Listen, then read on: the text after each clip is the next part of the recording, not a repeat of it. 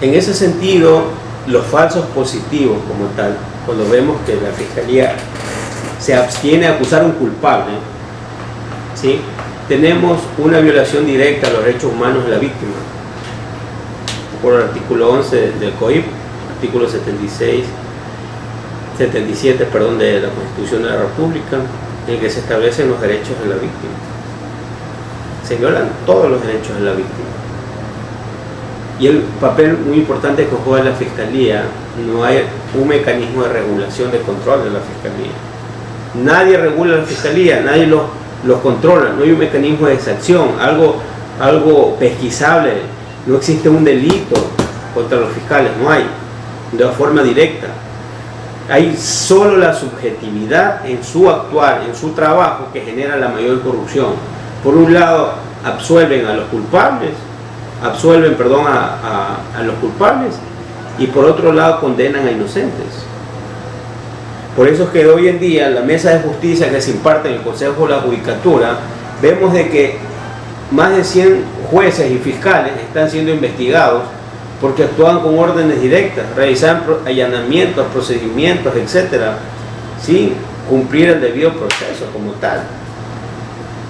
Entonces el falso negativo, ¿sí?, básicamente dejan la impunidad del delito, porque el delito, de acuerdo al artículo 195 de la Constitución, corresponde al fiscal realizar la acción penal, porque la Fiscalía ejerce la acción del Estado en representación de los ciudadanos para que los delitos no queden en impunidad.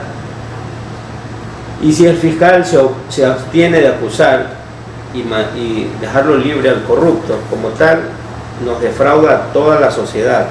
Es como que la sociedad permite, entre comillas, de que los corruptos hagan de las suyas, los delincuentes, los violadores, etc. ¿Sí? Entonces, aquí, por ejemplo, vemos que la figura presidencial y legislativa, también lo considero desde mi punto de vista profesional, que debe ser relativo y no absoluto al momento de conceder los indultos. Los indultos deben exclusivamente ser en base en función de su cargo. Si en algún momento pues una persona, y de razón de humanidad también, que una persona obviamente es sentenciada por peculado, cohecho, enriquecimiento ilícito, etcétera, todo lo que van los delitos contra la administración pública, el día de mañana resulta que tiene un cáncer o una enfermedad catastrófica, por supuesto que el presidente de la República o el legislativo le puede conceder un indulto, obviamente previo un informe del Ministerio de Justicia.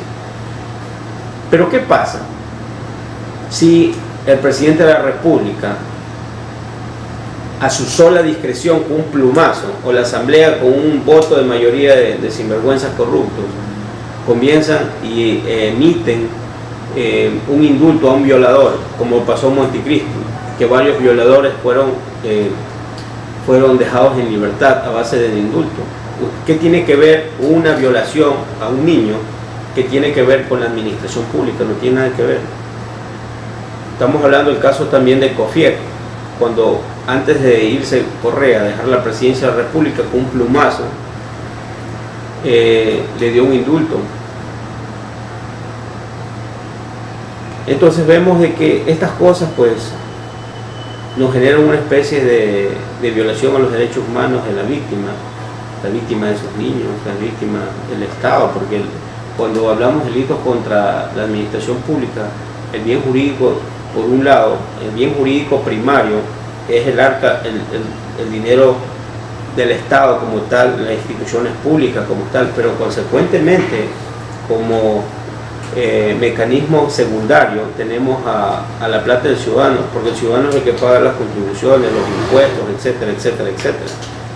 Cuando nos defrauda la Fiscalía, no solo defrauda al Estado, nos defrauda a toda la sociedad.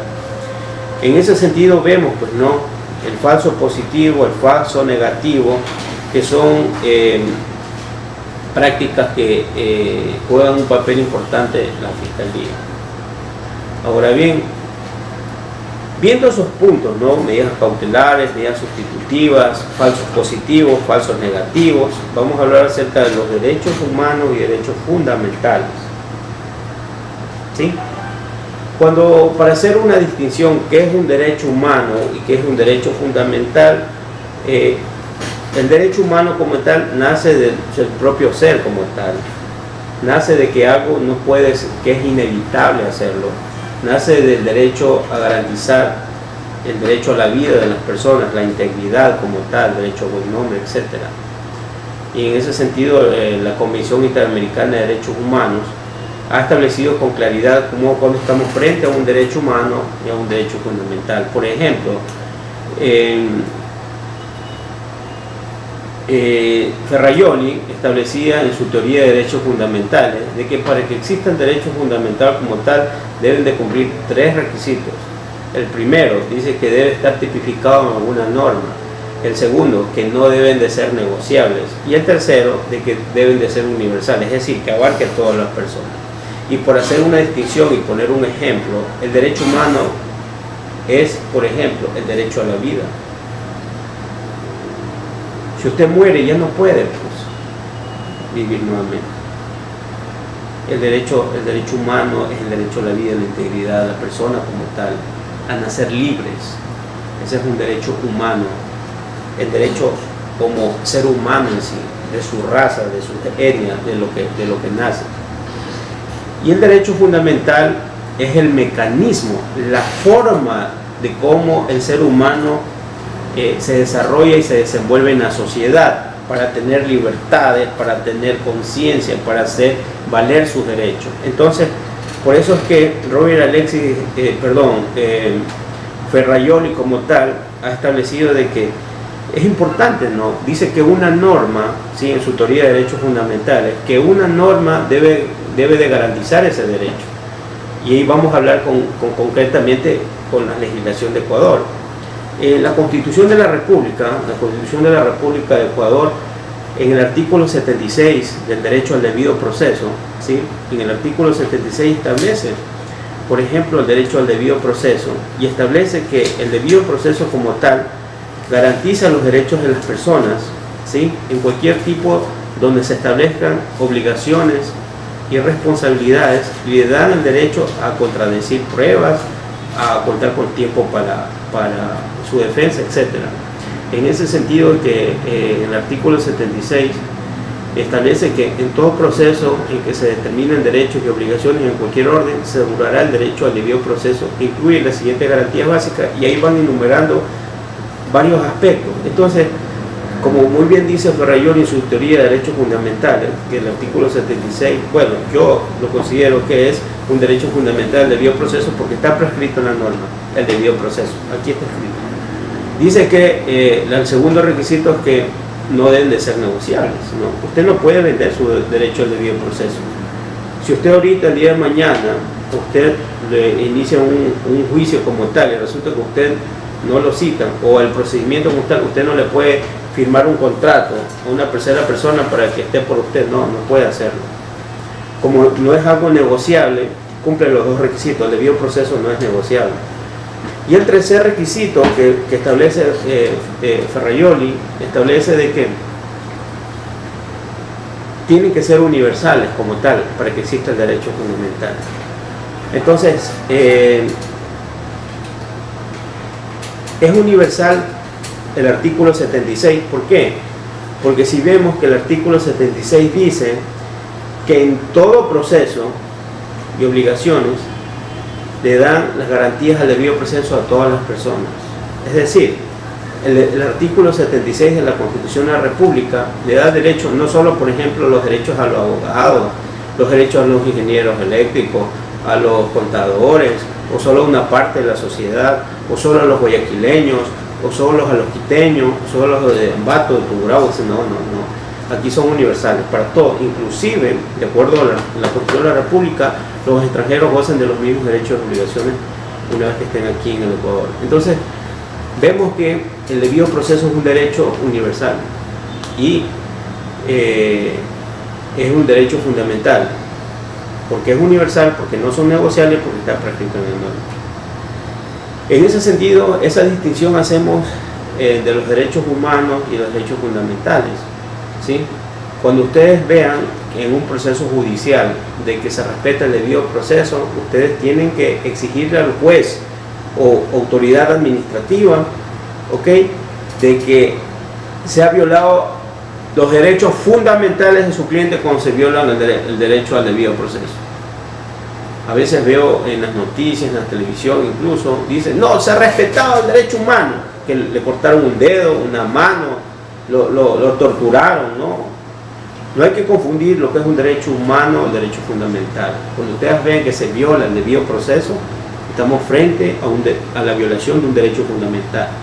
Claro, hay que hacer esas dos distinciones, porque incluso me ha tocado que hasta el propio magistrado, los jueces de garantías penales, a veces equivocamente distorsionan esos tipos de distinciones. Pero es importante saberlo y que leer la doctrina como tal para poder identificar cuando estamos frente a uno y frente al otro. Entonces, los derechos fundamentales también abarcan a los derechos de las personas jurídicas como tal, porque por ejemplo una empresa también se le debe de gozar el derecho al debido proceso, o una compañía cuando se demanda una compañía, cuando se demanda lo otro, etc. Por ejemplo, cuando ya hablamos también de la impunidad administrativa, en los capítulos anteriores, vimos de que, por ejemplo, el procedimiento coactivo es un procedimiento inconstitucional, es un procedimiento que viola el debido proceso. Ahí estamos hablando de una violación a un derecho fundamental, como es el debido proceso. Cuando vimos de que no citan, no hacen comparecer y con el título de crédito comienzan a embargar, a retener cuentas, etcétera, etcétera, etcétera, y no permiten el derecho a la defensa de la persona, que es lo establecido en el artículo 76 de la Constitución de la República. En ese sentido se ha violado el derecho al debido proceso, consecuentemente al derecho fundamental, no derechos humanos. Entonces hay que tener claros esos dos conceptos que son muy importantes para efectos de que ustedes, pues aquí a nivel nacional o internacional, pueden hacer una correcta exposición y poder determinar la diferencia de derecho humano y de derecho fundamental. Ok, en ese sentido, pues vamos a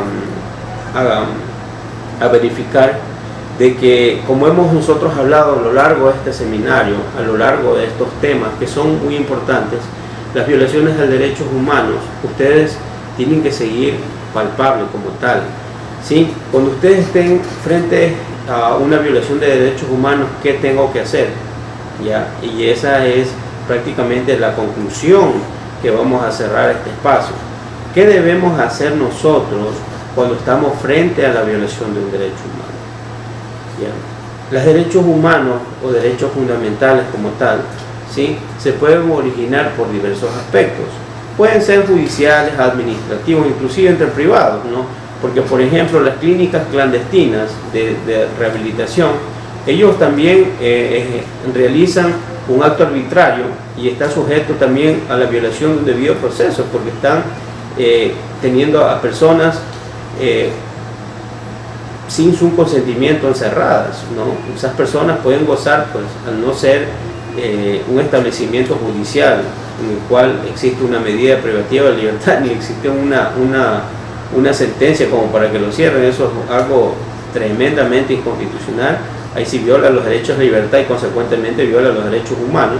Las personas pueden presentar un habeas corpus, solicitar un juez un habeas corpus, ¿sí?, para efectos que obtengan su libertad, y obviamente sancionar a las personas porque hay dos tipos, ¿no? Las personas que tienen en las clínicas de rehabilitación, las personas que manejan el tema de alcohólicos y drogadictos, etcétera.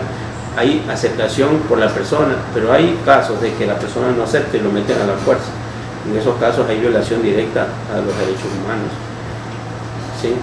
Entonces vemos, por ejemplo, qué hacer cuando estamos frente a una violación a los derechos humanos. ¿Qué podemos hacer? Entonces, para recoger todo prácticamente lo que hemos hablado el día de hoy, por ejemplo, cuando hablamos de la violación a lo que establece el artículo 77 de la Constitución de la República, de que la privación preventiva es una regla general, ¿ok? No puede ser la regla general, sino en casos excepcionales como última ratio. En ese sentido, si ustedes ven que un familiar o usted o una persona es dada la prisión preventiva sin ningún justificativo como tal, ya ustedes no pueden de una denunciar al fiscal como tal, tienen que seguir el debido proceso ¿ok? Pero sí tienen que dejar constancia con sus abogados en los escritos de que se ha violado, ¿sí?, el artículo 77, dejar claro, ¿sí?, de que la prisión preventiva es no debe ser la regla general, y ponerle la norma y en el escrito, dejar la constancia y decirle al fiscal de que si el fiscal solicita la prisión preventiva, ustedes tomarán las acciones legales, porque está previendo usted la situación, se está adelantando al fiscal de que en caso de que el fiscal pida, usted tomará acciones contra el fiscal. ¿Para qué le va a servir este escrito? Para que el día de mañana, si la fiscalía otorga una prisión preventiva como tal, y el día de mañana un juez declare la inocencia de esta persona, o en su defecto la fiscalía mismo quiera absolverlo, acusarlo, cuando ya causó daño al buen nombre, la buena reputación, el tiempo, gastos a esta persona, puede ser demandada. Pero usted tiene que dejar constancia y advertirle al fiscal de que la Constitución obliga a que el fiscal pida prisión preventiva en casos última ratio, en casos de última instancia, cuando no exista ya o es grave el delito como tal, ¿ok? Porque si el día de mañana lo van a resolver el fiscal, es totalmente es responsable directo del Estado, consecuentemente del fiscal. Eso es una recomendación, ya cuando estamos hablando frente a las violaciones.